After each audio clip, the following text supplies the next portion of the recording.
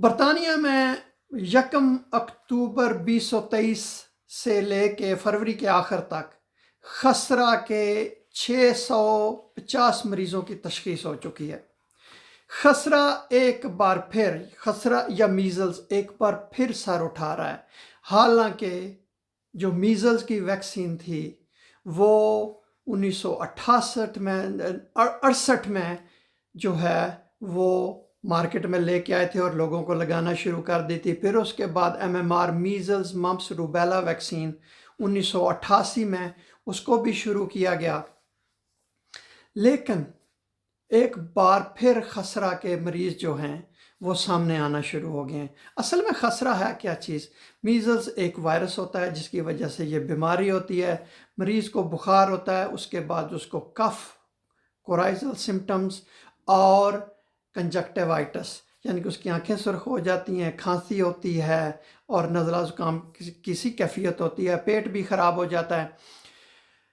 जब भी कोई बंदा उसको खसरा होता है तो इसका जो तकरीबन 14 दिन के बाद यानी कि 10 से 18 दिन के दरमियान कभी भी, लेकिन अमूमन 14 दिन जो होते हैं फिर उसको जो धब्बे नमूदार होना शुरू हो जाते हैं जिल्द के ऊपर। वो पिंक जो है ना, गुलाबी रंग के भी हो सकते हैं। ये मुनसर होता है कि उस मरीज़ की जिल्द का रंग कौन सा है। और मुंह के अंदर जो जिसको बकल म्यूकोजा कहते हैं, जो मुंह की दीवारें होती हैं अंदर, उनमें एक नीले से रंग के आप ये कहें कि वाइटिश ग्रे इस तरह के वो स्पॉट जो है ना, दाने नमूदार होते हैं, धब्बे से नमूदार होते हैं, उनको कॉप्लिक स्पॉट कहते हैं। और जो खसरा का मरीज़ होता है, जब जिल्द के ऊपर उसके धब्बे से नमूदार होते हैं, जिसको रैश भी कहते हैं, मैकुलोपैपुलर रैश, उसके 4 दिन पहले मरीज़ दूसरों को ये वायरस मुंतकिल कर सकता है। और जो जिल्द के ऊपर रैश नमूदार होने के 4 दिन बाद तक भी वो ये जो वायरस है उन लोगों को जिनमें क़ुव्वत मदाफ़ियत नहीं होती या उन्होंने वैक्सीन नहीं लगवाई होती, उनमें ये मुंतकिल होके बीमारी पैदा कर सकता है। तो अमूमन ये होता है कि इसको डायरेक्ट कंटैक्ट यानी कि जिसको कहते हैं कि बराह रास्त जो वायरस मुंतकिल होता है दूसरे को। जब भी कोई खांसी करता है, बंदा छींकता है, तो ये वायरस फ़िज़ा में 2 घंटे तक रहता है। फिर एयरबोर्न के ज़रिए भी ये जो है दूसरे लोगों को मुंतकिल होता है, ड्रॉपलेट के ज़रिए भी दूसरे लोगों को मुंतकिल होता है। ये बीमारी शदीद हो सकती है जो बहुत 5 साल से कम उम्र के बच्चे होते हैं, या जो बुज़ुर्ग होते हैं, या किसी को कैंसर हो, या कोई ख़ातून जो है वो हामला ख़ातून हो। इन लोगों में ये शदीद बीमारी पैदा कर सकता है। फिर इसकी जो पेचीदगियाँ होती हैं, उनकी पेचीदगियाँ ये दिमाग को मुतासर करता है। इसकी वजह से निमोनिया हो सकता है, ओटाइटिस मीडिया यानी कि कान में इन्फेक्शन हो सकती है।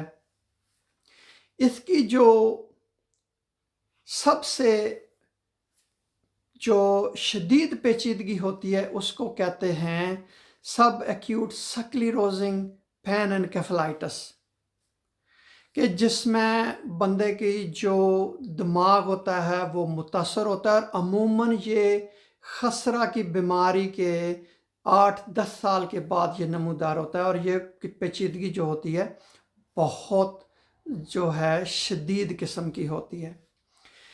अच्छा, इसकी तशख़ीस कैसे की जाती है? इसकी तशख़ीस इस तरह से की जाती है कि खून के नमूने लिए जाते हैं, उसके बाद जो गले से इसका स्वाब लिया जाता है या मुंह से लुआब भी लिया जाता है, फिर उसको लेबॉर्ट्री में भेजा जाता है और वहाँ पर पॉलीमरेज़ चेन रिएक्शन या PCR से जो इसका वायरस का RNA होता है उसको डिटेक्ट किया जाता है। इसी तरह एक होती है, उसको कहते हैं IgM, तो मीज़ल्स IgM को भी उसमें डिटेक्ट किया जाता है। तो वो अमूमन जो है ना, पहले कुछ दिनों में PCR जो है वो आपको बताती है कि वायरस है यानी मीज़ल्स वायरस है, यानी उसके बाद आईजीएम से उसकी तशख़ीस की जाती है। लेकिन जो सबसे आम बात होती है वो होती है जब डॉक्टर मरीज़ की हिस्ट्री लेता है, मुआयना करता है, वो ज़्यादा अहम होती है कि हो सकता है कि उसने कहीं सफ़र किया हो, उस मरीज़ का किसी और मरीज़ को जिसको मीज़ल्स है उसके साथ राब्ता हुआ हो। इसका जो इलाज होता है वो इलाज होता है अलामात के मुताबिक होता है। जो इसके सबसे बेहतरीन जो इसके बचाव वो वैक्सीन, क्योंकि वैक्सीन जो होती है वो एक जो उसकी मिकदार है वो तकरीबन 93% बंदे को प्रोटेक्शन मुहैया करती है, और अगर 2 लग जाएं तो तकरीबन 97%। लेकिन जितने भी आबादी में लोगों को ज़्यादा वैक्सीन लगी होगी, तो जो बंदे जिनको नहीं भी वैक्सीन लगी, थोड़े बहुत जो रह गए हैं, उन तक भी वायरस जो है ना उतने तकरीबन नहीं पहुंच सकता। तो जो जितनी भी हुकूमतें होती हैं उनका ये एक होता है मंसूबा कि ज़्यादा से ज़्यादा लोगों को वैक्सीन जो है वो लगाई जाए। और जो ये हम केसेस देख रहे हैं, इसकी यही वजह है कि बहुत सारे इलाकों में जो वैक्सीन लगवाने की शरह है वो बहुत कम हो गई है। जिस तरह 2000 के बाद एक हुआ था कि जी कि इसका वैक्सीन जो मीज़ल्स वैक्सीन है, इसका जो है वो एक बराह रास्त राब्ता है ऑटिज़म के साथ, लेकिन बाद में वो कोई ऐसा साबित नहीं हुआ। लेकिन गवर्नमेंट ने मुख्तलिफ दौर में ये कोशिश की कि जो है ज़्यादा से ज़्यादा लोगों को वैक्सीन लगवाई जाए। तो मेरी भी आप लोगों से यही गुजारिश है कि आप अपने बच्चों को वैक्सीन ज़रूर लगवाएं, और अगर जो लोग हेल्थ केयर वर्कर्स हैं या अस्पतालों में काम करते हैं उनको भी वैक्सीन ज़रूर लगवानी चाहिए। मुख्तलिफ़ मुल्कों में मुख्तलिफ़ जो हैं उसके जो है ना उन्होंने टाइम टेबल दिया होता है। अमूमन ये होता है कि 12 से 13 माह की उम्र में जो पहली डोज़ लगवाई जाती है, फिर दूसरी जो है 3 साल 4 माह या 5 साल के दरमियान जब वो स्कूल जा रहे होते हैं तो उनको दूसरी डोज़ लगवाई जाती है। लेकिन जिन बच्चों को 1 साल की उम्र से पहले डोज़ लगे, उनको भी जो गवर्नमेंट का शेड्यूल है उसके मुताबिक भी 2 डोज़ें जो है ना 2 खुराकें लेनी चाहिए। इसी तरह जो आप समझते हैं कि बड़ी उम्र के लोग हैं तो उनको भी लेनी चाहिए MMR की वैक्सीन। और जो हेल्थ केयर वर्कर हैं या तो उनका क़ुव्वत मुदाफ़ा तो अगर नहीं है तो उनको भी 2 खुराकें लेनी चाहिए, एक पहले और एक माह के बाद। अगर और जो लोग अगर उनका किसी मरीज़ के साथ कांटेक्ट हुआ हो और उनमें शदीद बीमारी हो सकती है, तो उसको एक तो ये है कि वैक्सीन देते हैं। अगर वो वैक्सीन ना दें तो फिर उसको नॉर्मल इम्यूनोग्लोबुलिन देते हैं, लेकिन नॉर्मल इम्यूनोग्लोबुलिन और वैक्सीन एक साथ नहीं देनी चाहिए। वो आपका डॉक्टर आपको सही मशवरा दे सकता है। तो ये जो वैक्सीन होती है इसको कहते हैं लाइव अटेनुएटेड वैक्सीन।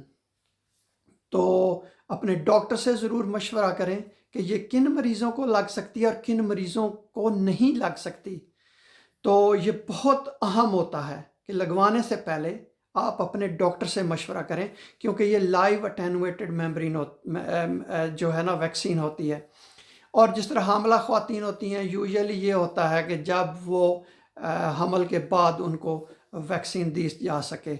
इसी तरह जो HIV के मरीज़ हैं उनको अपने डॉक्टर से ज़रूर मशवरा करना चाहिए कि आया कि वो लगवा सकते हैं कि नहीं लगवा सकते हैं। बहुत शुक्रिया आपका ये वीडियो देखने का।